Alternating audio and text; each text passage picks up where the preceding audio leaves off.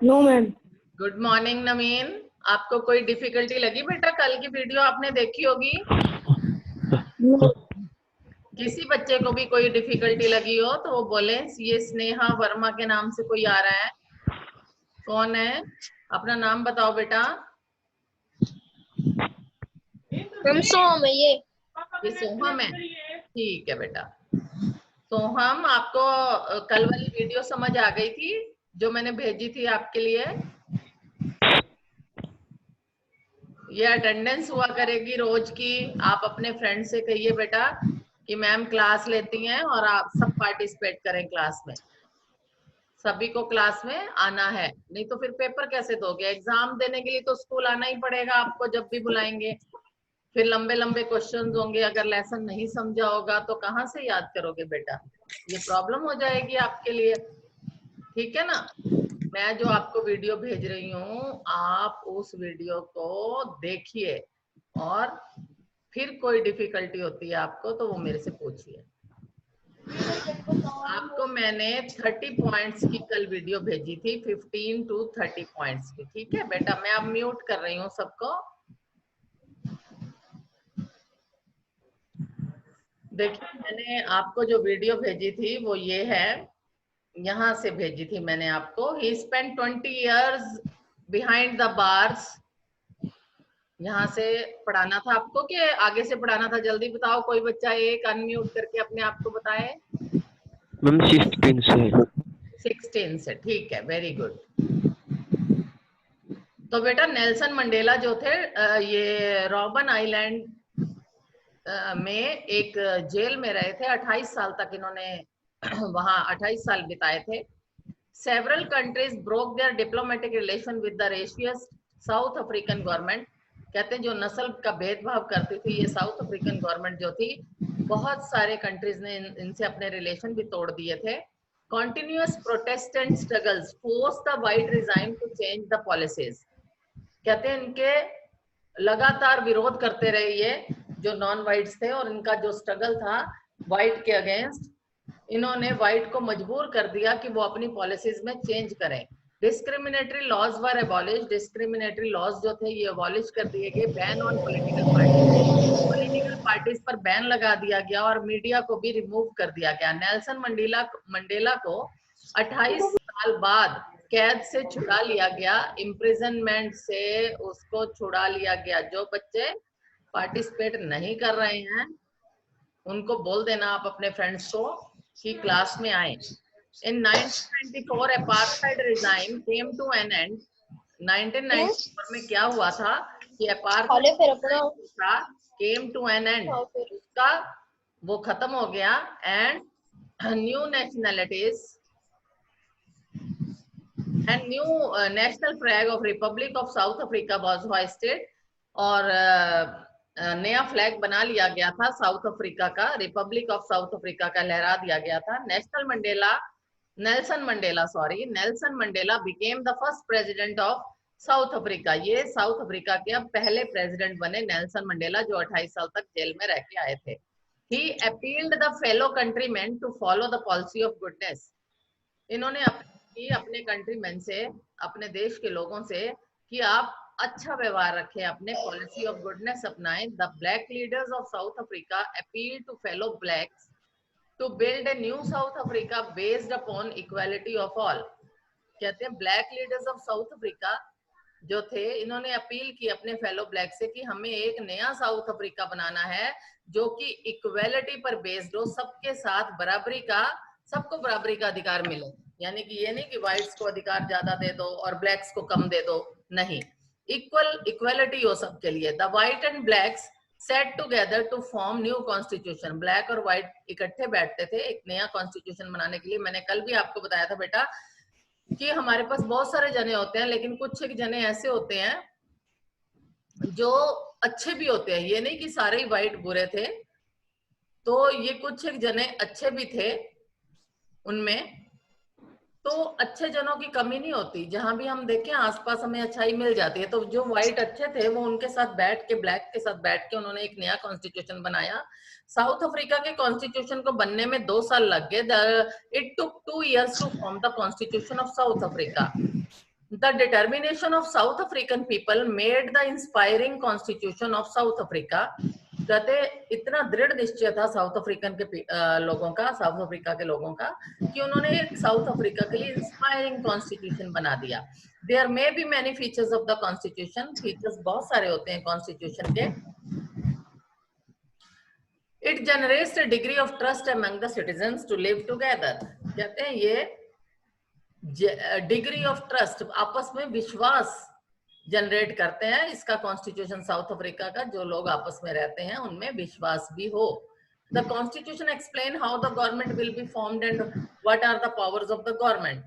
Constitution ये explain करता है कि गवर्नमेंट कैसे बनेगी और what are the powers of the government, government की पावर्स भी क्या रहेंगी. तो all the democratic countries have the constitution. सभी डेमोक्रेटिक कंट्रीज में कंट्रीज का अपना संविधान होता है, कॉन्स्टिट्यूशन होता है. US made its constitution after the war of independence. US ने अपना जो कॉन्स्टिट्यूशन है ये वॉर ऑफ इंडिपेंडेंस के बाद बनाया. And France formed it's constitution after the revolution of 1789. आपने फ्रांस की क्रांति पढ़ी है 1789 की.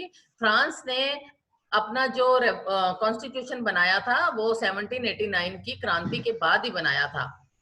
लेकिन अब हम बात करते हैं इंडियन कॉन्स्टिट्यूशन की. जो इंडियन कॉन्स्टिट्यूशन है वाज ए डिफिकल्ट टास्क. इसका जो मेकिंग है, इंडियन कॉन्स्टिट्यूशन जो बना, ये बड़ा एक डिफिकल्ट टास्क था. सभी लोगों को ध्यान में रख के बनाना था इन्होंने. इंडिया बहुत सालों से ब्रिटिशर्स के अधीन रहा था, तो इन्होंने वहां से भी बहुत कुछ सीखा. और जिस जिस संविधान से, जिस जिस देश के संविधान से इनको जो जो चीज अच्छी लगी, ये उनसे वही वही चीज लेके अपने संविधान में लिखते गए. तो making of Indian constitution was a difficult task. मैंने बेटा इसकी 3 वीडियोस बनाई हुई हैं. 15 पॉइंट्स तक एक वीडियो है, 30 पॉइंट तक वीडियो है, और 31 से फिर एंड 47 पॉइंट्स तक तीसरी वीडियो है. तो अब मैं आपको इंडियन कॉन्स्टिट्यूशन का बता रही हूँ कि इंडियन कॉन्स्टिट्यूशन जो था एक डिफिकल्ट टास्क था. ये मैं आज लेसन कंप्लीट कर दूंगी, लेकिन कल फिर इस लेसन में से मैं आपसे क्वेश्चन आंसर सुनूंगी. पूरा सेशन होगा क्वेश्चन आंसर्स का, और मार्क्स लगाती जाऊंगी कौन बच्चा मुझे क्वेश्चंस के आंसर दे रहा है. आपकी स्क्रीन पे होगा पूरा लेसन, आप अपनी स्क्रीन पे देख सकते हैं. आपकी स्क्रीन पे पूरा लेसन होगा और आप उसमें से मुझे फिर पढ़ के और क्वेश्चंस बताएंगे. तो इंडियन कॉन्स्टिट्यूशन को बनाना कोई आसान काम नहीं था, एक बहुत मुश्किल काम था. It was not easy to make the constitution for a diverse country like India. The partition of India, जब भारत और पाकिस्तान का पार्टीशन हुआ था, ब्रॉट मिजरीज, बड़ी सारी मिजरीज लेके आया था, दुख टू बोथ साइड्स, दोनों साइड्स पे. As nearly 10 lakh people were killed in the violence, क्योंकि 10 लाख लोग जो थे वो वायलेंस में मारे गए थे. Princely states were given the freedom to merge with either country, India और पाकिस्तान. प्रिंसली स्टेट्स जो थी इनको फ्रीडम दे दी गई थी कि ये किसी भी कंट्रीज के साथ जाकर मिल जाएं, चाहे इंडिया हो चाहे पाकिस्तान हो. The merger of the princely states was a difficult work. इनको मर्ज करना एक बहुत बड़ा काम था, बड़ा मुश्किल काम था. Further the makers of the constitution were worried about the future of the country. आज हमारी कंट्री में बेटा जम्मू कश्मीर का झगड़ा क्यों पड़ा रहता है? वो इसीलिए पड़ा रहता है कि ब्रिटिशर्स उसको जो डिसीजन थे उसका, वो उन्होंने प्रिंसली स्टेट्स पर पेंडिंग छोड़ दिया था. कहा था ये स्टेट्स की मर्जी है, चाहे वो जाके पाकिस्तान में मिल जाए चाहे वो हिंदुस्तान में मिल जाए. तो the merger of the princely state was difficult work. इनको मर्ज करना एक बड़ा डिफिकल्ट काम था. Further the makers of the constitution were worried about the future of the country. और जो मेकर्स ऑफ द कॉन्स्टिट्यूशन थे, जिन्होंने हमारा संविधान बनाया था, कॉन्स्टिट्यूशन बनाया था बेटा, ये बड़े चिंतित रहते थे अपनी कंट्री के फ्यूचर को लेके. Thus the making of the constitution was a big challenge. इसलिए कॉन्स्टिट्यूशन को बनाना एक बहुत बड़ा चैलेंज था. तो Indian leaders had consensus. Indian leader had consensus regarding the format of the constitution. ये इकट्ठे बैठते थे और consensus means उसको उसके फॉर्मेट पर वार्तालाप करते थे. तो in 1928 Motilal Nehru and some other congressmen had drafted a constitution for India. 1928 में मोतीलाल नेहरू जी ने और कुछ अदर कांग्रेसमैन इनके साथ थे। इन्होंने भारत का कॉन्स्टिट्यूशन जो था ड्राफ्टिंग कर ली। ड्राफ्टिंग क्या कहते हैं बेटा, एक नक्शा सा खींच दिया कि भाई ये होगा। तो द कराची सेशन हुआ जब इंडियन नेशनल कांग्रेस का, कराची अब जो कहाँ है, अब पाकिस्तान में है। कराची सेशन जो हुआ था, Karachi session of Indian National Congress also gave a deep thought about the constitution. इन्होंने भी एक डीप थॉट दे दी थी कराची के सेशन में, 1931 में हुआ था कि हम अपने कॉन्स्टिट्यूशन में, इस कराची सेशन से भी उन्होंने बहुत कुछ सीखा। Both the documents supported the inclusion of voting rights, right to freedom and equality in the Indian Constitution. कहते हैं voting right, right to freedom हो, इक्वालिटी हो, इंडियन कॉन्स्टिट्यूशन इन डॉक्यूमेंट्स पे आधारित बना। Therefore, there was consensus on some basic subjects to be included in the constitution. उसके बाद फिर दोबारा से कंसेंसस हुआ कि कॉन्स्टिट्यूशन में कुछ बेसिक सब्जेक्ट्स भी इंक्लूड किए जाएं। The legislative experience gained during the British rule also helped the constitution makers. तो जो लेजिस्लेटिव एक्सपीरियंस था, कानून बनाने का जो एक्सपीरियंस था ड्यूरिंग द ब्रिटिश रूल, तो इन्होंने पहले ही ले लिया था, गेन कर लिया था। प्लीज अपने आप को म्यूट करें, कुछ बच्चे बीच में छोड़ जाते हैं तो पूरा सिस्टम जो है वो मुझे दोबारा से फिट करना पड़ता है। ये जो बच्चे छोड़ के जा रहे हैं उनकी मैंने अटेंडेंस अभी नहीं लगाई है। जो बच्चे एंड तक रहेंगे पूरा टाइम, अटेंडेंस सिर्फ उन्हीं की लगेगी। So therefore, there was consensus on some basic subjects to be included in the constitution. The legislative experience gained during the British rule also helped the constitution makers. जैसे British का rule हमारी country में रहा तो हमने उनसे कानून बनाने का तो एक्सपीरियंस ले ही लिया था। Indian leaders studied the ideals and constitutions available and adopted many of them such as parliamentary system from Britain. भारतीय लीडर्स ने कई सारे आइडियल्स जो थे वो स्टडी किए दूसरे कॉन्स्टिट्यूशंस के और फिर उनसे अच्छी बातें ली, जैसे कि ब्रिटेन के कॉन्स्टिट्यूशन। अपने आप को म्यूट करें, सभी के लिए डिस्टरबेंस क्रिएट मत करो। आपको क्लास ज्वाइन करनी है तो आते ही अपने आप को म्यूट करो। तो Indian leaders studied the ideals and take the good things from the constitution of other countries. जैसे कि ब्रिटेन से इन्होंने पार्लियामेंट्री सिस्टम लिया, बिल ऑफ राइट्स जो था यूएसए से लिया एंड आइडिया ऑफ सोशलिस्ट इन्होंने रशिया से लिया। तो the Constituent Assembly was formed in 1946। Constituent Assembly जो थी ये 1946 में बनी थी and the first meeting was held in December 1946। और इनकी जो पहली मीटिंग थी ये दिसंबर 1946 में हुई थी पहली meeting. Originally there were 389 members in the assembly. शुरू में तो इसमें बेटा 389 मेंबर्स थे इस कॉन्स्टिट्यूएंट असेंबली में। जो संविधान बनाने वाली असेंबली थी उसमें 389 मेंबर्स थे, लेकिन साइन कितने मेंबर्स ने किया था कॉन्स्टिट्यूशन ऑफ इंडिया को बनाने के बाद? वो 299 मेंबर्स ने साइन किया था। तो the constitution was finally completed. जो कॉन्स्टिट्यूशन था हमारा फाइनली कंप्लीट हो गया एंड साइंड ऑन 26 नवंबर 1949 और साइन भी हो गया 26 नवंबर 1949 को। लेकिन इसको लागू कब किया गया, रेगुलेट कब किया गया? But it came into effect on 26 जनवरी 1950। इसको 26 जनवरी, जिसको अब हम रिपब्लिक डे मनाते हैं, 26 जनवरी 1950 को इसको रेगुलेट किया गया। Thus, on 26 January 1950 India became a Republic. तो हम रिपब्लिक डे ही मनाते हैं, तो इसका मतलब 26 जनवरी 1950 को भारत जो था वो रिपब्लिक बन गया था। Doctor Sachchidanand Sinha became the acting president of the Constituent Assembly. Doctor Sachchidanand Sinha जो थे ये कॉन्स्टिट्यूएंट असेंबली के सबसे पहले एक्टिंग प्रेसिडेंट बने थे। On 22 July 1947 the national flag of India was adopted by the Constituent assembly.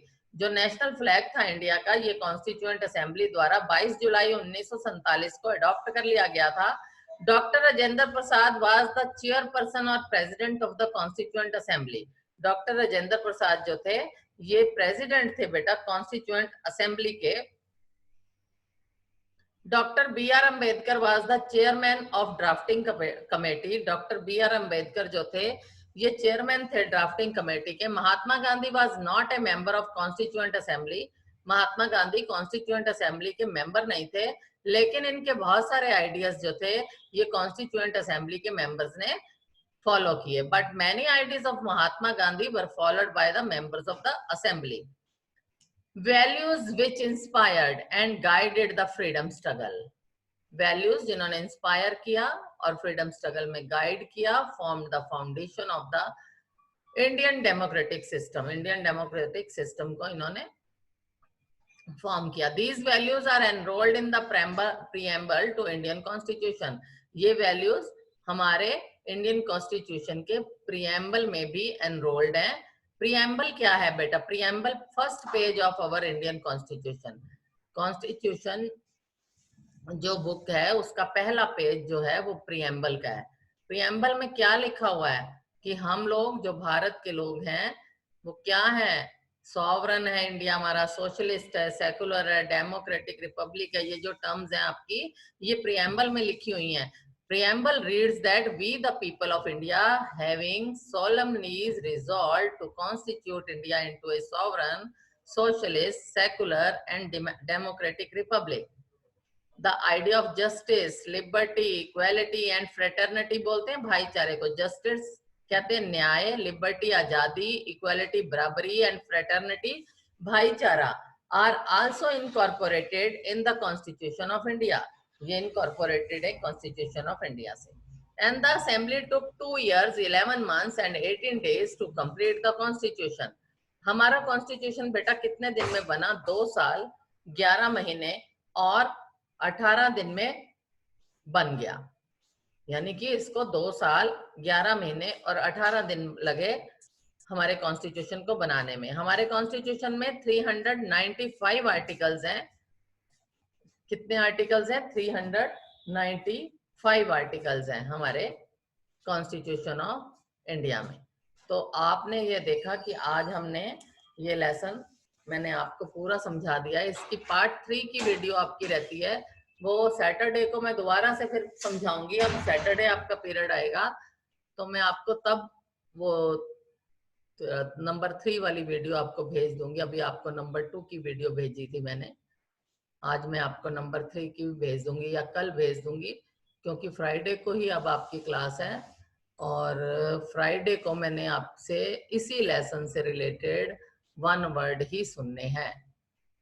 आप सब प्रिपेयर होके आएंगे 1 वर्ड के लिए. अभी मैं कुछ एक 1 वर्ड देखती हूँ, अभी सुनती हूँ आपसे. अनम्यूट कर दिया है मैंने सबको, अब आप सब बोल सकते हैं.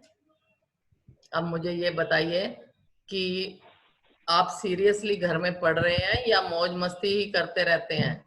जल्दी बताओ, बताओ ना बेटा. हम पढ़ रहे हैं. पढ़ रहे हो, वेरी गुड. ये कौन बोला कि पढ़ रहे हैं? आर्यन? Yes ma'am. हाँ जी आर्यन, अच्छी बात है. आप अगर पढ़ रहे हो तो और कौन बच्चा पढ़ रहा है? हम पढ़ रहे हैं. तविश बोल रहा है. तविश पढ़ रहा है. कौन बोला है ये पढ़ रहे हैं? मैम पढ़ रहे हैं हम भी. हम भी पढ़ रहे हैं मैम. देवव्रत आप पढ़ रहे हो बेटा? Yes ma'am. कुणाल पढ़ रहा है? Yes ma'am. विश्व कहाँ है? तो देखना है मुझे. विश्व कौन सा बच्चा है? स्क्रीन पे आए, बोले मेरे साथ हेलो विश्व. हेलो. विश्व क्यों नहीं बोल रहा? विश्व बोलिए आप. हेलो विश्व.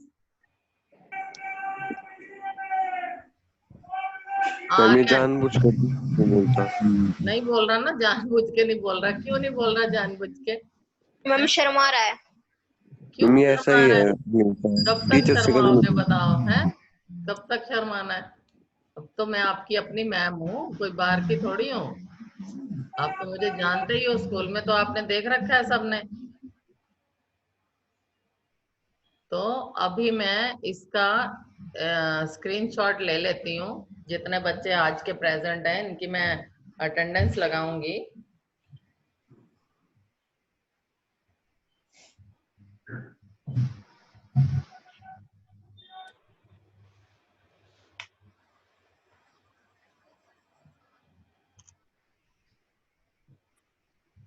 ये जो बच्चे छोड़ के गए हैं वो क्लास बीच में क्यों छोड़ी उन्होंने, उनकी मैं बिल्कुल भी अटेंडेंस नहीं लगाऊंगी।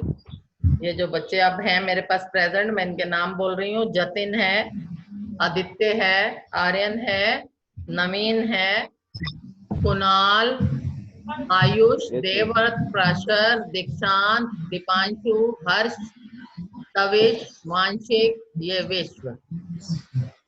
ये इतने बच्चे हैं मेरे पास, इनकी अटेंडेंस लगेगी, बाकियों की नहीं लगेगी इसमें।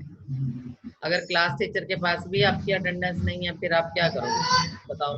फिर मैं किसी को कैसे कहूंगी कि हाँ बच्चे क्लास अटेंड कर रहे हैं? बिल्कुल नहीं कर रहे, इसका मतलब तो आप क्लास अटेंड। और बताओ बेटा, मैंने अभी तक आपको कितने लेसन कराए हैं बताइए?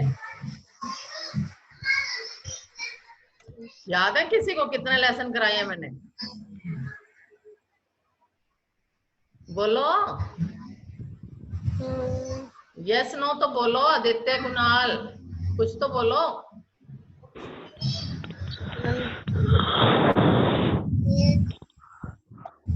करवाए हैं?